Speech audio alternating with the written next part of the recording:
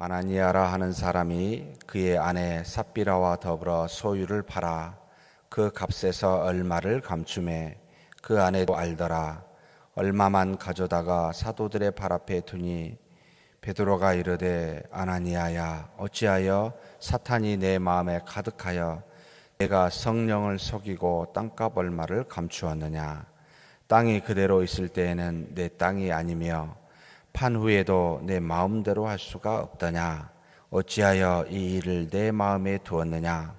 사람에게 거짓말한 것이 아니요 하나님께로다.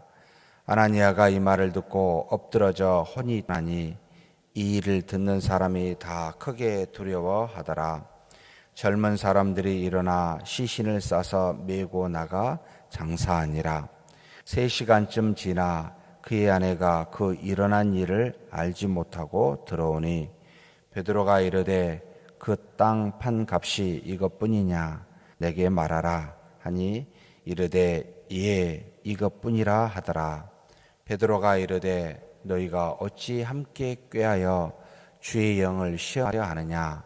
보라 내 남편을 장사하고 오는 사람들의 발이 문 앞에 이르렀으니 또 너를 메어 내 가리라 하니 곧 그가 베드로의 발 앞에 엎드러져 혼이 떠나는지라. 젊은 사람들이 들어와 죽은 것을 보고 메어다가 그의 남편 곁에 장사하니 온 교회와 이 일을 듣는 사람들이 다 크게 두려워하니라. 사도들의 손을 통하여 민간의 표적과 기사가 많이 일어나매 믿는 사람이 다 마음을 같이하여 솔로몬 행각에 모이고 그 나머지는 감히 그들과 상종하는 사람이 없으나 백성이 칭송하더라. 믿고 주께로 나오는 자가 더 많으니 남녀의 큰 무리더라. 심지어 병든 사람을 메고 거리에 나가 침대와 요 위에 누이고 베드로가 지날 때에 혹 그의 그림자라도 누구에게 덮일까 바라고 예루살렘 부근에 수많은 사람들도 모여 병든 사람과 더러운 귀신에게 괴로움을 받는 사람을 데리고 와서 다 나음을 얻으니라.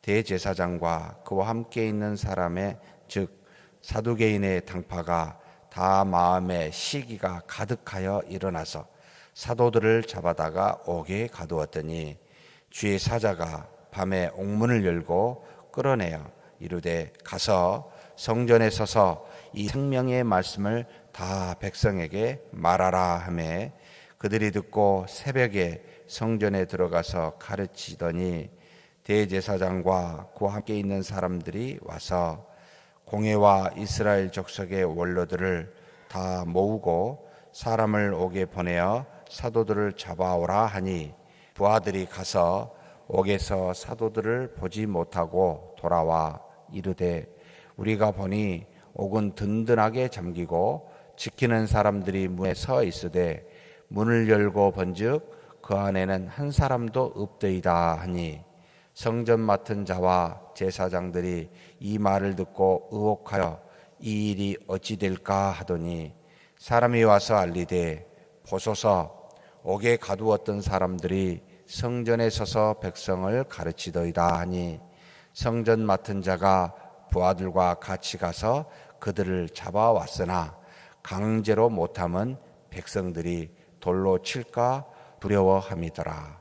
그들을 끌어다가 공회 앞에 세우니 대제사장이 물어 이르되 우리가 이 이름으로 사람을 가르치지 말라고 응하였으되 너희가 너희 가르침을 예루살렘에 가득하게 하니 이 사람의 피를 우리에게로 돌리고자 함이로다.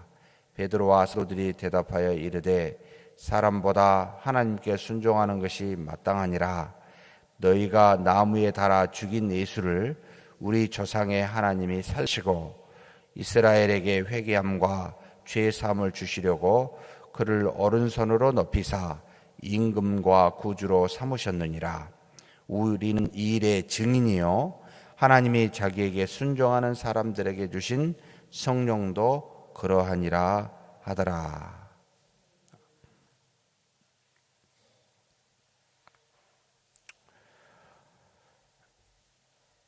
하나님께서 교회에 놀라운 능력으로 은혜를 주시면 참 교회가 그것으로 말미암아 왕성하여지게 되고 그 왕성함으로 교회는 큰 기쁨을 갖게 됩니다. 그런데 그 기쁨 뒤에는 항상 우리가 유념해야 될 것이 바로 시험이나 죄가 꼭 따라온다는 겁니다. 예루살렘에 베드로가 성령에 임하여 하나님의 말씀 곧 하나님이 이 땅에 이루신 큰 일 주 예수 그리스도와 성령의 임함에 대해서 강력하게 그리고 하나님의 말씀인 구약을 가지고 정확하게 증거하니 믿는 사람들 세례받는 사람들이 3,000이나 되었습니다. 그리고 또 나아가 정말로 성전 미문에 앉은 사람 앉은 병이를 낫게 하고 그 성전 안에서 솔로몬 행각에서 또한 하나님의 말씀을 전하자 믿는 사람의 수가 또 세례를 받는 사람의 수가 5,000이나 되었습니다. 참 엄청나게 단기간에 늘어난 전무후무한 사건이기도 합니다. 그런데 그 뒤에 그 많은 사람들이 모여서 무엇을 했는고 살펴보니 날마다 성전에 모이기도 힘쓸 뿐만 아니라 집에 모여 마음을 다 같이하여 사도의 가르침을 받고 그 다음에 떡을 떼며 교제하며 또한 기도에 전무하는 예배의 4가지 요소를 통해 그 집에서 저녁마다 모여 그와 같은 일 예배를 드렸을 뿐만 아니라 그들이 가지고 있는 모든 물건을 서로 통용하고 가지고 있는 재산이라 하는 것은 팔아서 모든 사람들이 필요에 따라 사용되어질 수 있도록 그래서 교회에서는 단 한 사람도 구제에 빠지는 일이 없도록 한 놀라운 일들이 자발적으로 성령의 역사에 의해서 이루어지게 되었습니다. 그런데 이 일이 있자마자 그 다음에 곧바로 우리가 읽은 본문 5장에 바로 아나니아와 삽비라와 같은 사람들이 등장하게 됩니다. 그 속에 그 기쁨 속에 하나님의 역사 속에 인간의 죄가 꿈틀거려 어떤 사람을 통하여 나타나는 일이 있게 되더라라는 거죠. 참 이것이 초대교회에서부터 지금까지 일어난 눈에 보이는 교회의 늘 문제점이었습니다.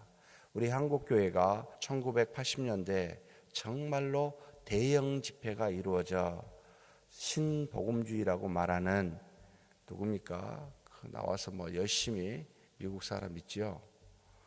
이름도 잘 생각이 안 납니다만 별로 제가 좋아하지 않아서 집회를 할 때마다 엄청난 사람들이 여의도에 와서 정말로 믿는 역사가 있었습니다.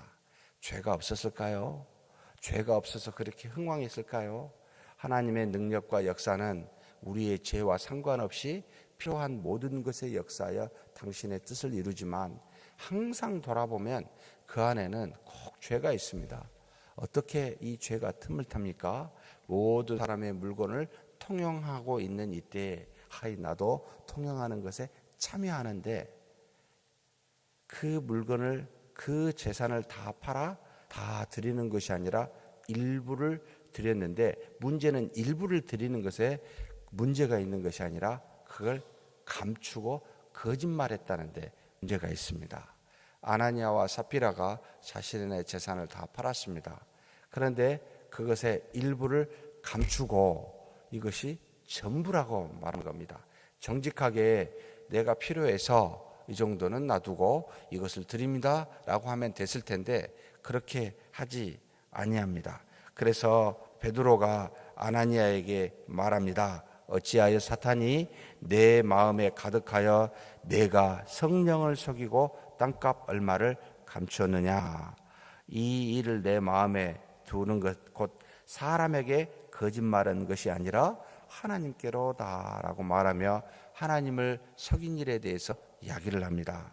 그리고 또 삽비라에게도 동일하게 표현하죠. 베드로가 이릅니다. 그 땅 판값이 이것뿐이냐 내게 말하라 하니 이르되 예 이것뿐이라 라고 말하는 이 거짓말 뭐라고 이야기합니까? 4절에 땅이 그대로 있을 때에는 내 땅이 아니며 판 후에도 내 마음대로 할 수가 없더냐 어찌하여 이 일을 내 마음에 두었느냐 하면서 정직하게 하나님 앞에 나아가 연약한 모습을 그대로 보이면 되는데, 다 판 것처럼 다 준 것처럼 그렇게 하나님을 속이는 일이 바로 사람을 속이는 것이 아니라 하나님을 속이는 것이다 라고 가르치고 있습니다. 사랑하는 성도 여러분, 우리가 무엇으로 치장하지 마십시다. 사람의 눈을 의식하지 마십시다. 하나님만 보고 있는 그대로 정직하게 드러내시면 됩니다. 저 죄인입니다. 저 연약합니다. 저 이거 필요합니다 라고 그대로 정직함을 드러내면 하나님이 그걸 아시기 때문에 뭐라 하시지 않습니다. 그런데 사람을 의식해 주변에 많은 사람들이, 저번에 우리 4장 36절입니까? 바나바 정말 다 팔았습니다. 엄청난 교회에 많은 동기가 되었죠. 도전이 되었죠. 많은 사람이 보았습니다. 아나니아와 삽비라도 나도 저리 해야 되겠다라고 생각했던 모양입니다. 그가 정직하지 못하게 이름만, 명성만, 교회에서 무언가 그 어떤 명예만 얻으려고 그렇게 거짓을 행하니, 이는 사람은 속일 수 있어도 하나님은 속일 수 없기에 성령께서 베드로에게 역사하여 그 죄를 그대로 드러내게 했습니다. 문제는 사실 여기도 중요합니다만, 이런 생각이, 과연 아나니아와 삽비라는 신자일까 아닐까? 신자가 하나님 앞에 거짓말하면 하나님이 죽이시는 걸까? 이런 생각이 들지요. 여기에 보니까 왜 죽었단 말을 표현하지 아니하고, 가만히 여기에 말씀을 보면 뭐라고 나옵니까? 5절에 아나니아가 이 말을 듣고 엎드러져 혼이 떠나니 이 일을 듣는 사람이 다 크게 두려워하더라.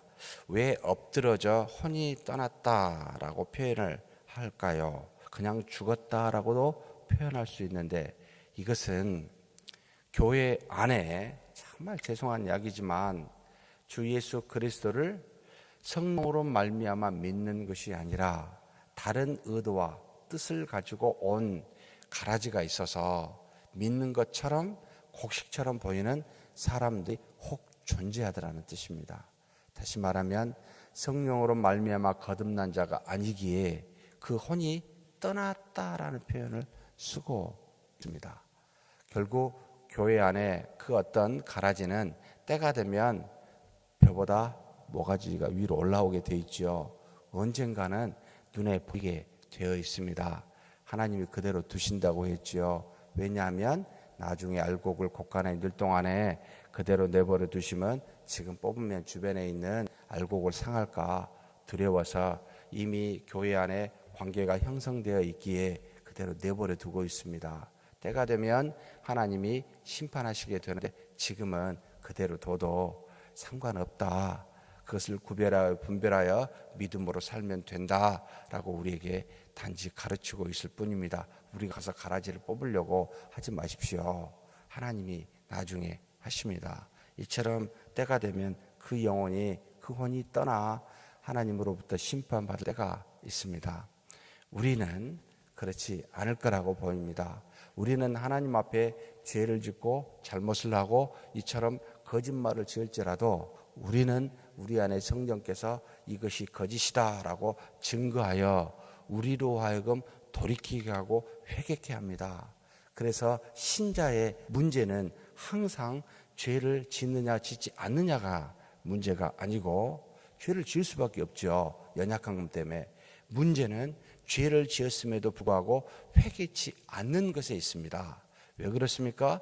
반드시 내 안에 계신 성령님은 하나님의 뜻을 따라 불순종하게 되면은 죄에 대해서 회개하도록 인도하시고 역사하시기 때문에, 탄식하며 우리를 위해서 기도하시기 때문에 하나님을 믿는 믿음의 사람은 반드시 알게 되어 있습니다. 그런데 그걸 안 하고 있는 건 대단한 고집이지요. 정말 하나님을 꺾으려고 하는, 꺾는 엄청난 불순종입니다. 죄 짓지 않는 것보다 회개치 않음이 훨씬 더 큰 문제입니다. 사랑하는 성도 여러분, 돌이켜 잘못에 대해서 즉각적으로 반응하시는 내 안에 계신 성령의 역사를 따라 여러분 회개하심이 맞습니다. 언제 순간부터 우리 한국교회가 죄에 대해서, 죄의 회개에 대해서 점점 사라지고 간과하는 일들이 생겼습니다. 들춰내기 싫지요. 회개하기 어렵지요. 눈물 뿌리며 하나님 앞에 통곡하며 자신에 대해서 가슴치며 회개하는 일 쉬운 일이 아닙니다. 남보기도 부끄럽습니다. 그래서 그런지 모르겠습니다. 하나님이 주신 은혜만을, 축복만을, 믿음만을 이야기해서 그로 말미암아 받는 좋은 것만 생각하지, 현재 우리가 더럽게 우리 몸을 씻지 않고 냄새나는 그 몸을 갖고도 옷으로 치장하는 데만 관심을 갖고 있지, 안에 깨끗한 냄새를 제거하는 일에는 별반 관심을 갖고 있지 않는 것이 한국교회의 심각한 문제라고 진단하고 있습니다. 사랑하는 성도 여러분, 우리 교회는 안 그랬으면 좋겠다 생각합니다. 언제든지 하나님 앞에 나와 눈물로 회개할 수 있었으면 좋겠습니다. 정말로 말씀이 살아있어 우리의 죄를 낱낱이 드러낼 때 여러분 주저하지 마시고 부끄러워하지 마시고 다른 사람 아무 의식하지 마시고 그저 하나님 앞에 회개하여 하나님 우리를 다시 돌이키사 하나님의 자녀로 우뚝 서게 해주십시오라고 나가는 저와 여러분이 되었으면 좋겠습니다. 이와 같이 많은 사람들이 아나니아와 삽비라의 소식을 듣고 무슨 일이 일어납니까? 사람이 다 크게 두려워하는 일이 일어납니다. 11절에 보니까 온 교회와 그뿐만 아닙니다. 이 일을 듣고 있는 사람들이 다 크게 두려워하니라. 교회 안과 밖에 하나님 앞에서 거짓말한 사람이 죽게 됐으니 얼마나 놀랍고 두렵겠습니까? 더군다나 이것을 말한 베드로는 엄청난 그 하나님의 역사로 말미암아 사람들이 주목하지 않을 수가 없었을 겁니다. 물론 베드로는 그 이전에 정말로 마가의 다락방에 성령의 역사가 있고 난 다음에 사도들 앞에서 만 예루살렘의 백성들 앞에서 그대로 설교하였을 때부터 그 다음에 정말로 성전 미문에 앉아있는 안진뱅이를 요한과 베드로가 그 기도하러 가는 오후 3시 시간에 그들을 정말 낫게 하였을 때부터 그 다음에 여기 또 정말로 아나니아와 삽비라를 하나님의 뜻에 따라 성령의 역사로 그들의 혼이 떠나게 하는 일을 하게 할 때부터 이제는 서서히 이 예루살렘의 베드로는 지도자로 점점 자리매김 해가고 있음을 우리는 또한 목도할 수가 있습니다. 그런데 하나님께서는 베드로만 처음에 120문도에게 베드로에게 역사해서 다 역사했지만 베드로가 나가 설교했을 때부터 그에게만 역사한 것이 아니라 이제는 다음에 보면 요한을 덧붙였고 지금 우리가 읽은 5장 12절부터는 더 확대를 시키십니다. 그러니까 성령의 역사도 점증적으로 하나님의 몸된 교회의 지도자들을 확대하여 그 능력이 베풀어감을 보게 되는데 12절에 사도들의 손을 통하여 사도들이라고 복수를 통해 11사도 마띠아까지 포함해서 12사도를 다 포함한다고 보입니다. 이들을 통하여 민간의 표적과 기사가 많이 일어나매 믿는 사람이 다 마음을 같이하여 솔로몬 행각에 모이고 하나님께서 베드로만 아니라 사도들 전체에게 놀라운 표적과 기사가 민간입니다. 교회가 아니에요. 밖에 나가서 이 표적을 증거하게 했습니다. 나타나게 했습니다. 왜 모든 사도뿐만 아니라 성도들에게 안 할까요? 이것도 여러분 유익 있게 깊이 있게 생각해 보실 필요가 있습니다. 하나님의 표적과 기적을 아무렇게나 아무에게나 드러내지 않는다는 것도 아셔야 됩니다. 하나님이 선별한 사도에게 나타납니다. 그러면 이 사도들은 항상 그럴까요? 여기 보니까 베드로의 얼마나 놀랍게 그가 능력으로 행하였는지 15절에 보면 심지어 병든 사람을 메고 거리에 나가 침대와 요 위에 누이고 무엇만이라도 받으려고 합니까? 베드로가 지날 때 혹 그의 그림자라도 누구에게 베드로의 그림자만 지나가도 혹 누워있다가 그곳으로 말미암아 병나음을 얻을까? 엄청난 사람들의 이 베드로에 집중하고 있습니다. 그림자라도 라는 표현 속에 그의 권위와 능력이 어떠함을 당시에 있었음을 우리가 상상할 수가 있습니다. 그런데 이 일이 의문인지 왜 지금은 안 일어날까요? 혹시 그림자라도 누가 지나가면 병자가 일어나는 거 혹시 지금 보셨습니까? 전주에 어디 혹시 그런 분 계신가요? 전주는 너무 좁나? 한국. 너무 좁나요? 전 세계에 혹시 누군가 그림자라도 지나가면 성령의 역사와 능력으로 말미암아 벌떡벌떡 병자가 일어나는 것 혹시 보신 적 있습니까? 이것도 너무 좁나요? 그러면 사도시대 이후에 속사도라고 부르는 시대라고 말합니다. 그 시대에도 이와 같이 그림자라도 지나가고 바울 선생의 손수건이라도 맞면 병자가 낫는 일들이 혹시 있다고 기록된 근거를 여러분 찾을 수가 있을까요? 없을까요? 없습니다. 의문이 듭니다. 여기에는 이렇게 성경에 있는데 왜 그 다음에는 역사하시지 않을까 이렇게 해요. 여러분, 많은 분들이 이것이 지금도 이루어질 거라고 정말 착각하십니다. 안 일어납니다. 왜 그럴까요? 그때는 성령이 계시고 지금은 계시지 않아서, 그때의 성령은 강력하고 지금의 성령은 좀 그냥 어찌 약해서. 왜요? 예수 그리스도와 예수 그리스도라의 제자인 여러분 아포스톨로스라고 부르는 사도는 12명에게까지만 해당이 됩니다. 그 다음부터는 누구도 사도라 부르지 않고 그냥 제자라고 부릅니다. 왜 이런 표현을 쓰실까요? 성경에 쓰고 있습니까? 바로 무엇과 관련되어 있는지 아십니까? 이 하나님의 말씀과 관련되어 있습니다. 하나님의 말씀이 신약으로 구약으로 정확하게 우리에게 제시되지 않는 상태, 그리고 또 하나는 하나님의 몸된 교회가 이처럼 형성되지 않고 형성해 가고 있는 상태. 그때 당시 초대교회는 오직 말씀보다 더 앞선 것이 있었습니다. 신약의 말씀이 정경화되어서 AD 3세기 290년도 카르타고 공회에서 완벽하게 이제는 인정하기 전까지 하나님의 선지자들이 그 입술과 그 머리에 말씀을 두어 기록하여 AD 한 40년에서 100년경 바로 사도 요한에 이르기까지 주신 그 시기 형성되지 아니할 때 가장 필요로 했던 것 무엇이었습니까? 신앙 고백이었습니다. 말씀이 없었을 때 그 교회, 초대교회를 지탱하고 있었던 것은 바로 우리가 지금 말하는 사도신경이라는 신앙 고백이 이 하나님의 신약 성경보다 앞서 있었습니다. 대신하고 있었습니다.